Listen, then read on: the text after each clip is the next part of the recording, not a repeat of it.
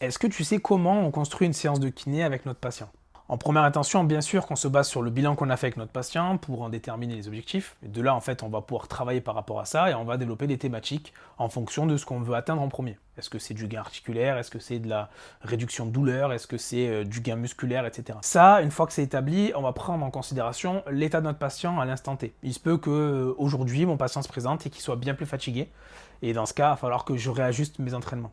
Peut-être que suite à la séance d'avant, il a eu mal et donc il va falloir que je réajuste aussi par rapport à ça.